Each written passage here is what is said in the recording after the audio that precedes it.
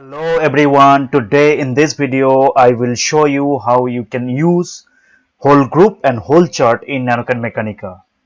So let's get started.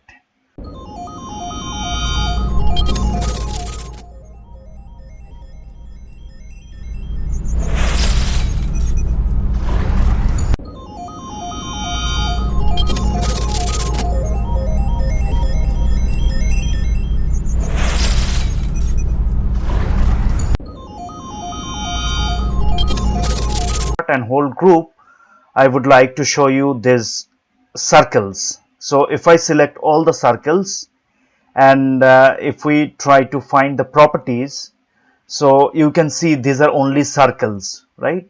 So these are only circles, there is no whole property at all. So I'll make escape, and now I would like to go to the symbol tab.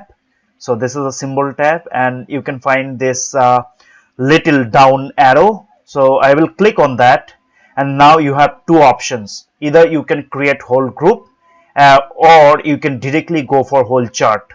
But for now I will go for whole group. So I'll click on whole group, and then I will select some of the holes, not all the holes, only a part of the entire whole set.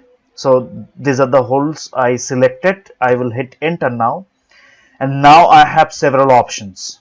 For instance, I can write some instruction here about the holes. Maybe I can say these are holes of plates. So I can say plate holes or something. And then diameter is varying, so that's fine. And pitch, thread pitch is okay. I'm not going to change anything for now. And now I have several options for the presentations. I can turn on and off. So I need all the presentations for now, just to show you. And now I can select the center identifier from the drop down list. So I can go for cross for now, and now I can hit apply and then go for OK.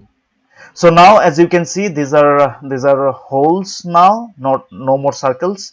So if I select all the circles, I mean earlier these components were circles, so I need to select only the circles. So now you can see the properties is now hole.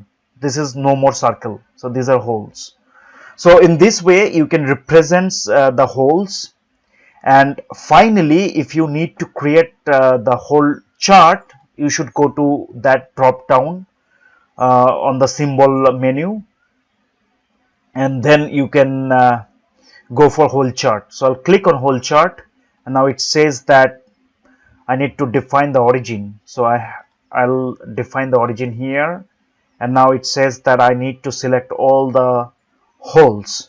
So I'm selecting everything, and I will hit enter. Now it says what kind of chart I want to create. I have several options. I can go for Cartesian list, I can create polar list, and I can create list of coordinates, and I have whole table as well. So now I can say these are plate holes, and that's fine. I need Cartesian data, so I'll place this here, and the list will be created like this, right?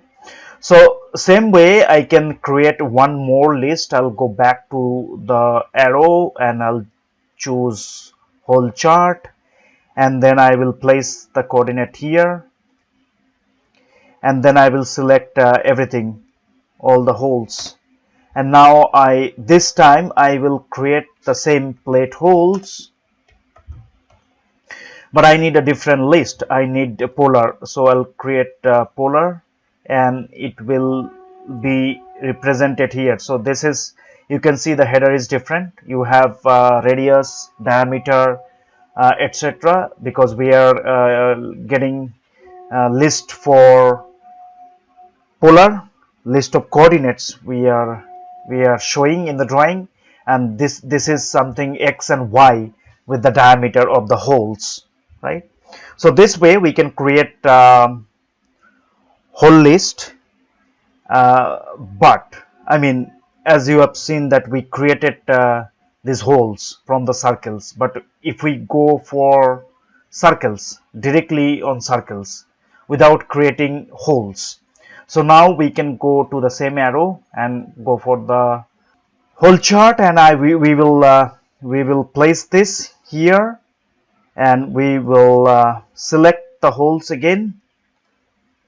So these are all circles, so we'll select that, and then we will name it something holes for sheet. That's fine. So now you can see this is these circles were converted into holes automatically, right? So now once the circle converted into holes, it should have all the control. So if you select and you click in this, so you will get all the controls. That's all for today. See you next time.